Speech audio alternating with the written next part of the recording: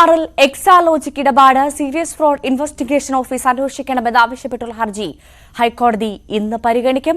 ഹർജിയിൽ കേന്ദ്ര company affairs മന്ത്രാലയം അന്വേഷണം നടത്തുന്നതിനായി കേന്ദ്ര സർക്കാർ കോടതിയെ അറിയിച്ചിരുന്നു. കൊച്ചിയിൽ നിന്നും ഡാനി പോൾ വാർത്തയുടെ വിശദാംശങ്ങളുമായി ചേരും. Danny, very good morning. ഇന്നെന്തായാലും പ്രധാനപ്പെട്ടൊരു ദിവസമാണ്. ഈ ഹർജി ഹൈക്കോടതി പരിഗണിക്കുകയാണ്. എപ്പോഴത്തേക്കായിരിക്കും ഹർജി ഹൈക്കോടതിയുടെ പരിഗണനയിൽ വരിക? എന്തൊക്കെയാണ് വിശദാംശങ്ങൾ?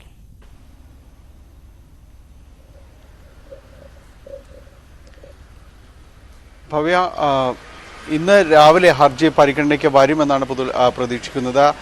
ഇതിൽ കഴിഞ്ഞ ദിവസങ്ങളിൽ തന്നെയും ഇതുമായി ബന്ധപ്പെട്ടുകൊണ്ട് വലിയ രീതിയിലുള്ള ചർച്ചകൾ നടന്നിരുന്നു. അതിൻ്റെ ഒരു തുടർച്ച ഇന്ന് കോടതിയിലേക്ക് ഈ കേസ് എത്തുമ്പോൾ പോലും അത് വലിയ രീതിയിൽ തന്നെ ചർച്ചയിലേക്ക് വരുന്നുണ്ട്. പ്രത്യേകിച്ച് എക്സാലോജിക് CMRL ഇടപാട് സംബന്ധിച്ച് വലിയ രാഷ്ട്രീയ വിവാദങ്ങളടക്കം ഉയരുന്ന ഒരു സാഹചര്യം കൂടിയാണ്. ഈ ഒരു ഘട്ടത്തിൽ കൂടിയാണ് ഹർജി കോടതിയുടെ പരിഗണനയിലേക്ക് വരുന്നത്. അഡ്വക്കേറ്റ് ഷോൺ ജോർജ് നൽകിയ ഹർജിയാണ് ഇന്ന് ജസ്റ്റിസ് ദേവൻ രാമചന്ദ്രൻ്റെ ബെഞ്ച് പരിഗണിക്കുകയും ചെയ്യുന്നത്. അതോടൊപ്പം തന്നെ ഈ ഇടപാട് സംബന്ധിച്ച് വിജിലൻസ് അന്വേഷണം ആവശ്യപ്പെട്ടുകൊണ്ടുള്ള മറ്റൊരു ഹർജിയും കോടതിയുടെ പരിഗണനയിലുണ്ട്. ഇതിൽ CMRLും എക്സാലോജിക്കും തമ്മിലുള്ള ഇടപാട് സംബന്ധിച്ച് നേരത്തെ ബംഗളൂരു ROCയും ഗുരുതരമായ ചില ചോദ്യങ്ങൾ ഉന്നയിക്കുകയും ചെയ്തിരുന്നു. അതിലൊരു കൃത്യമായ രീതിയിൽ ഈ ഇടപാട് സംബന്ധിച്ച് അത് ഒരു ദുരൂഹത നിലനിൽക്കുന്നു എന്ന രീതിയിൽ തന്നെയായിരുന്നു ROCയുടെ ചോദ്യങ്ങളടക്കം ഈ കാര്യങ്ങളിൽ ഉണ്ടായിരുന്നത്. അപ്പോൾ ഇതെല്ലാം തന്നെ ഇന്ന് ഹർജി പരിഗണനയ്ക്ക് വരുമ്പോൾ സ്വാഭാവികമായും ROCയുടെ ചോദ്യങ്ങളടക്കം ഇക്കാര്യങ്ങളിലേക്ക് വരും. അത് മുഖ്യമന്ത്രിയുടെ മകൾ ഇടപെട്ട ഒരു കമ്പനി, അതോടൊപ്പം തന്നെ സർക്കാരിൻ്റെ KSIDCയുടെ പ്രതിനിധികളടക്കം CMRL അതിൻ്റെ ബോർഡിലടക്കം ഉണ്ട്. സർക്കാരിന് കൃത്യമായ രീതിയിലുള്ള കാര്യങ്ങൾ നിയന്ത്രിക്കാൻ കഴിയുന്ന ഒരു സംവിധാനം എന്ന രീതിയിൽ തന്നെയാണ് ബംഗളൂരു ROC സംബന്ധിയായ കാര്യങ്ങൾ ചില ചോദ്യങ്ങൾ ഉന്നയിച്ചത്. എന്തുകൊണ്ട് അത്തരം ചില നിയന്ത്രണങ്ങൾ കാര്യങ്ങൾ ഉണ്ടായിരുന്നില്ല എന്നതടക്കമുള്ള കാര്യങ്ങൾ ബംഗളൂരു ROC ഉന്നയിക്കുകയും ചെയ്തിരുന്നു.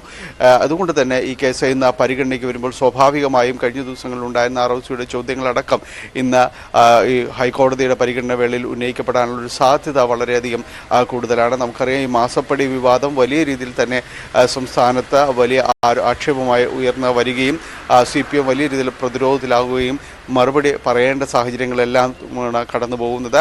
അതുകൊണ്ട് തന്നെയും ഈ കേസിന് സവിശേഷമായ ഒരു രാഷ്ട്രീയ ശ്രദ്ധ ആകർഷിക്കുന്നുണ്ട്. ഇന്ന് രാവിലെ ജസ്റ്റിസ് ദേവൻ രാമചന്ദ്രൻ്റെ ബെഞ്ച് ഈ കേസ് പരിഗണനയിലേക്ക് എടുക്കും. ഭവ്യ, എന്തായാലും ഈ ഒരു ഇടപാടിൽ പ്രത്യേകിച്ചും വീണ വിജയന്റെ ഉടമസ്ഥതയിലുള്ള എക്സാലോജിക്കും CMRL എന്ന കമ്പനി തമ്മിലുള്ള ഇടപാടിൽ അടിമുടി ദുരൂഹത എന്ന കാര്യത്തിൽ തർക്കമില്ല. ROC റിപ്പോർട്ട് അടക്കം അത് സൂചിപ്പിക്കുന്നുണ്ട്. അങ്ങനെയാണെങ്കിൽ ഇതിന്റെ രാഷ്ട്രീയത്തിലേക്ക് നമ്മൾ കടക്കുകയാണെങ്കിൽ ഡാനി, ഇനി ഏത് തരത്തിലായിരിക്കും വീണ വിജയനെ ചേർത്ത് പിടിക്കാൻ പാർട്ടി ഒരുങ്ങുക, CPM ഒരുങ്ങുക?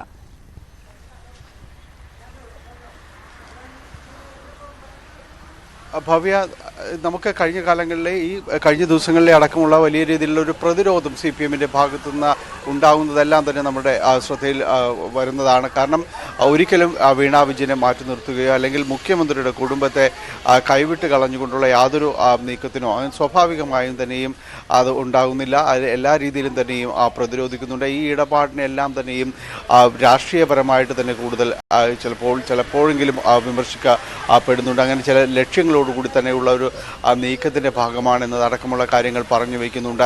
ഈ സമാനമായ രീതിയിലും ഇന്ന് ഇപ്പോൾ ഹൈക്കോടതിയുടെ പരിഗണനയിലേക്ക് ഈ കേസ് വരുമ്പോൾ ഏതെങ്കിലും രീതിയിലൊരു പരാമർശങ്ങൾ ഉണ്ടാകുന്നുണ്ടോ എന്നതാണ് എല്ലാവരും സസൂക്ഷ്മം ഈ കേസിനെ നിരീക്ഷിക്കുന്നത്. ഏതെങ്കിലും ഗുരുതര പരാമർശങ്ങൾ ഇക്കാര്യങ്ങൾ ഇടപാട് സംബന്ധിയായ കാര്യങ്ങളിലടക്കം വരുന്നുണ്ടോ എന്നത് പരിശോധിക്കുന്നുണ്ട്. നേരത്തെ വിജിലൻസ് കോടതി ഇത് കേസ് തള്ളിയിരുന്നു. കാരണം ഇതിൽ പ്രഥമ ദൃഷ്ട്യാ കാര്യങ്ങൾ വലിയ രീതിയിൽ തെളിവുകളോ അടക്കമുള്ള കാര്യങ്ങളിലേക്ക് ഹാജരാകാനടക്കം കഴിഞ്ഞിരുന്നില്ല. അതുകൊണ്ട് വിജിലൻസ് കോടതി ഇതിൽ ആവശ്യപ്പെട്ട തെളിവുകൾ ഹർജിക്കാരനടക്കം സമർപ്പിക്കാൻ കഴിഞ്ഞിട്ടില്ല എന്ന് ചൂണ്ടിക്കാട്ടി തള്ളിയിരുന്നു. പിന്നീടാണ് ഹർജിക്കാരൻ ഇത് ഹൈക്കോടതിയിലേക്ക് വരികയും ഈ കേസിൻ്റെ തന്നെ പരിഗണിക്കുന്ന വേളയിൽ ഹർജിക്കാരനായ ഗിരീഷ് ബാബു മരണമടയുകയും ചെയ്തിരുന്നു. പക്ഷേ ഇതിൻ്റെ ഈ കേസിൻ്റെ ഒരു താല്പര്യം സ്വഭാവം അനുസരിച്ചുകൊണ്ട് ഇത് തുടർന്നുകൊണ്ട് പോകാനായിട്ട് ഹൈക്കോടതി നിർദ്ദേശിക്കുകയും ചെയ്തു. പിന്നീട് ഇതിൻ്റെ ഒരു തുടർച്ചയുണ്ടാകുന്നു. അതിനുശേഷമാണ് നോട്ടീസ് അയക്കാൻ ബന്ധപ്പെട്ട എല്ലാവർക്കും തന്നെ ഇതുമായി ബന്ധപ്പെട്ട നോട്ടീസ് അയക്കണം. കാരണം ഇവരുടെ വിശദീകരണം കൂടി ഈ കേസിൽ ആവശ്യമാണെന്ന് ചൂണ്ടിക്കാണിച്ചുകൊണ്ടാണ് പിന്നീട് തുടർ നടപടികളിലേക്ക് കടന്നു പോവുകയും എല്ലാം ചെയ്തത്. ഇപ്പോൾ ഇതിൽ അന്വേഷണം ആവശ്യപ്പെട്ടുകൊണ്ടുള്ള ഷോൺ ജോർജിൻ്റെ ഹർജി പരിഗണിക്കപ്പെടുന്ന ആ വേളയിൽ ഈ കഴിഞ്ഞ നാളുകളിൽ ഈ കേസിൽ ഉണ്ടായിരുന്ന തുടർച്ചകൾ, അതിൻ്റെ പ്രതിരോധങ്ങൾ, ഇതെല്ലാം തന്നെ സ്വാഭാവികമായും ഇപ്പോൾ നടക്കുന്ന ഈ വാദങ്ങളിലെല്ലാം തന്നെ കടന്ന് വന്നേക്കാം. അത് വലിയ രാഷ്ട്രീയമായി ചർച്ച ചെയ്യപ്പെടുന്ന ഒന്നാണ്. അതിലെ ഏത് കാര്യത്തിനായാലും CPM അത് കൃത്യമായ രീതിയിൽ പ്രതിരോധിക്കാൻ മുന്നിട്ട് തന്നെയാണ് എല്ലാ സമയവും തന്നെ നിന്നിട്ടുള്ളത്. സ്വാഭാവികമായും ഈ കേസിൻ്റെ വഴികളിലും അത് തന്നെയും നമുക്ക് പ്രതീക്ഷിക്കാം. ഭവ്യ, തീർച്ചയായും ഈ ഹർജി കോടതി പരിഗണിക്കുന്ന വേളയിൽ എന്ത് സൂചന അല്ലെങ്കിൽ എന്ത് നിലപാട് കോടതി സ്വീകരിക്കും, കോടതി എന്ത് പറയും എന്നതാണ് ഏറെ ശ്രദ്ധേയം. കോടതിയുടെ വാക്കുകൾ ഏത് തരത്തിൽ ചർച്ചയാകുമെന്നത് കാത്തിരുന്ന് കാണേണ്ടതാണ്. അതോടൊപ്പം തന്നെ ഡാനി, പ്രധാനപ്പെട്ട കാര്യം ഇപ്പോൾ സൂചിപ്പിച്ചതുപോലെ തന്നെ പ്രതിപക്ഷ ആരോപണങ്ങളെല്ലാം കൃത്യമായി രാഷ്ട്രീയമായി നേരിടാൻ CPM-ന് ഇതുവരെ സാധിച്ചിട്ടുണ്ട്. ഇനി അത് എത്രത്തോളം സാധിക്കുമെന്നൊരു ചോദ്യം ബാക്കിയുണ്ട്. അതോടൊപ്പം തന്നെ ഏറ്റവും പ്രധാനമായി ചോദിക്കേണ്ട ഒരു ചോദ്യം വീണ വിജയന് പിടിവീഴുമോ എന്നുള്ളതായിരിക്കും.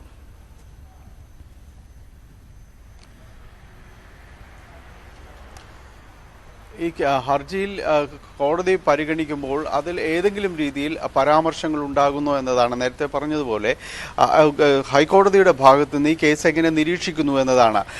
ഏതെങ്കിലും രീതിയിൽ ഗുരുതരമായ പരാമർശങ്ങൾ ഉണ്ടാകുന്നുവെങ്കിൽ സ്വാഭാവികമായും അത് CPM-നെ വലിയ പ്രതിരോധത്തിലേക്ക് എത്തിക്കുമെന്ന കാര്യത്തിൽ യാതൊരു സംശയവുമില്ല. ഇത് ഒരു കമ്പനിയുടെ ഇടപാട് അത് മാത്രമാണ് നടന്നിട്ടുള്ളത് എന്നതടക്കം ചെയ്ത സേവനത്തിന് അതിന് GST അടക്കമുള്ള കാര്യങ്ങൾ ഉണ്ടായിരുന്നു എന്ന കാര്യങ്ങളെല്ലാം തന്നെയും ഈ പ്രതിരോധത്തിൻ്റെ ഭാഗമായി CPM പല വേളയിൽ തന്നെയും ഉന്നയിച്ചിട്ടുണ്ട്. അത് പുറത്തു വന്നിട്ടുണ്ട്. പക്ഷേ അതിനെ കവച്ചു വയ്ക്കുന്ന രീതിയിലേക്ക് വീണ്ടും പല കാര്യങ്ങളും പുറത്തു വരികയും ചെയ്യുന്നു. അതുകൊണ്ട് ഈ വിഷയത്തിൽ പൊതുവിലും CPM-ൻ്റെ പ്രതിരോധം ദുർബലമാണ് എന്ന കാര്യത്തിൽ ആർക്കും സംശയമൊന്നുമില്ല.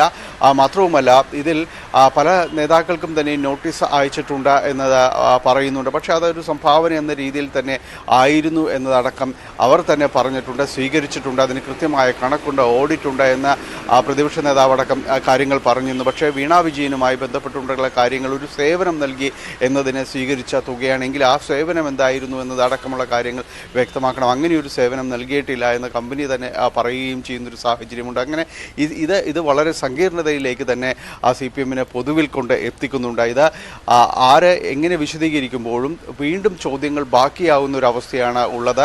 CPM എല്ലാ സമയത്തും ഇതുമായി ബന്ധപ്പെട്ടുകൊണ്ട് ചോദ്യങ്ങൾ ഉയരുമ്പോൾ ആരെങ്കിലും നേതാക്കൾ ഇത് സംബന്ധിച്ചൊരു വിശദീകരണവുമായി മുന്നോട്ട് വരും. ഒരിക്കലും മുഖ്യമന്ത്രിയോ വീണ വിജയൻ്റെയോ ഒരു പ്രതികരണം ഇക്കാര്യങ്ങളിൽ ഉണ്ടായിട്ടില്ല. പക്ഷേ പ്രതികരിക്കുന്നവർക്ക് ശേഷവും വീണ്ടും ചോദ്യങ്ങൾ ബാക്കിയാവുന്ന ഒരു അവസ്ഥയാണ് ഉണ്ടാകുന്നത്. ഇത് തന്നെയാണ് ഇതിനെ കൂടുതൽ കുഴപ്പത്തിലേക്ക് CPM-നെ കൊണ്ടെത്തിക്കുകയും ചെയ്യുന്നത്. ഇന്ന് കോടതി ഇത് പരിഗണിക്കുമ്പോൾ ഉറ്റുനോക്കുന്നൊരു കാര്യം, ഈ കേസ് പരിഗണിക്കുമ്പോൾ ഏത് രീതിയിൽ ഇത് കോടതി കാണുന്നു, ഏതെങ്കിലും ഗുരുതരമായ ചോദ്യങ്ങൾ ഇക്കാര്യങ്ങൾ ഉണ്ടാകുന്നുണ്ടോ എന്നതാണ്. ഭവ്യ, തീർച്ചയായും ഡാനി